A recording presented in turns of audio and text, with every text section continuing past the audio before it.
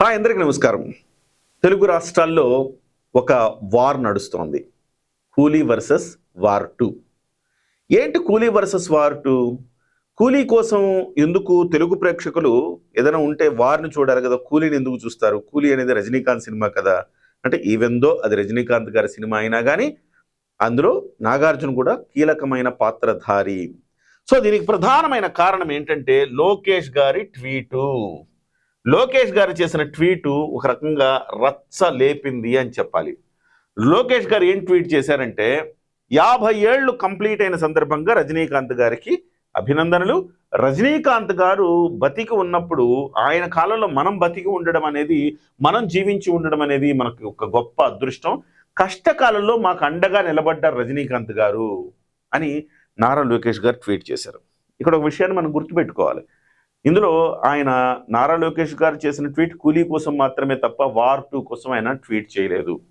అదేంటి సొంతోడు ఎంత కాదనుకున్న junior NTR Telugu hero, Nandamuri hero, మరి ఆయన గురించి ఎందుకు ట్వీట్ చేయలేదంటే ఒక రకంగా చెప్పాలంటే తెలుగుదేశం పార్టీలో బాధ ఉంది.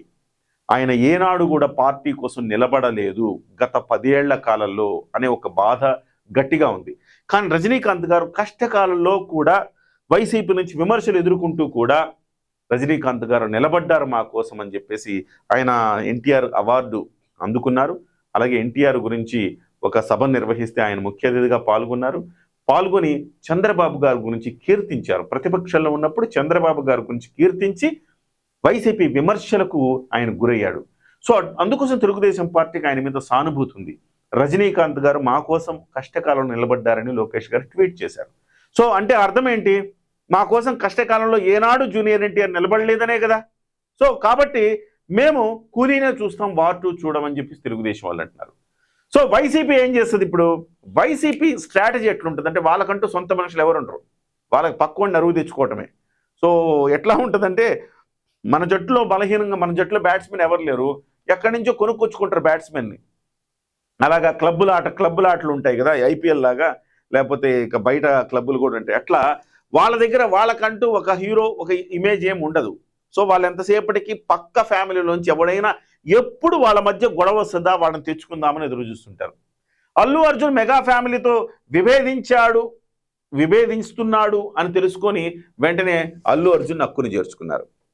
జూనియర్ ఎన్టీఆర్ ఈ రకంగా చేస్తున్నాడు అనగానే జూనియర్ ఎన్టీఆర్ని హక్కుని చేర్చుకున్నారు. లక్ష్మీ పార్వతి చంద్రబాబు నాయుడు గారిని వ్యతిరేకిస్తుందనగానే లక్ష్మీ పార్వతిని హక్కుని చేర్చుకున్నారు.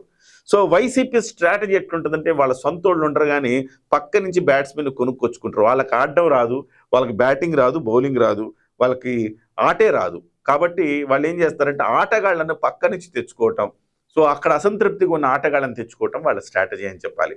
మొత్తం మీద వైసీపీ జగన్మోహన్ రెడ్డి గారి గ్యాంగ్ అంతా కూడా ఇప్పుడు వార్ 2 కోసం నిలబడింది. వార్ 2నేమో వైసీపీ సపోర్ట్ చేస్తుంది, కూలీనేమో తెలుగుదేశం పార్టీ సపోర్ట్ చేస్తుంది. మరి మీరు వార్ 2 చూస్తారా లేకపోతే కూలీ చూస్తారా? సో ఎవరి పక్షం నిలబడతారు? సో అవేం కాదు సార్, అసలు మేము ఏది చూడమనే వాళ్ళు ఉంటే మీ కామెంట్ మీరు చేయండి. ఏదేమైనా రాజకీయ సమీకరణాలు కూడా మొదలైపోయాయి. ఈ సినిమాలకు రాజకీయాలు అంటాయని చెప్పాలి. సో 2 సినిమాలకు రాజకీయ రగడైతే మొదలైంది. మరి ఎలా ఉండబోతుంది? 2 సినిమాలు ఒకే రోజు రిలీజ్ కాబోతా ఉన్నాయి. ఈ నేపథ్యంలో ఈ రాజకీయ రగడ ఏ స్థాయికి చేరుతుంది అనేది కూడా మనం వేచి చూడాలి. మీ విలువైన కామెంట్ని కింద తెలియచేయండి.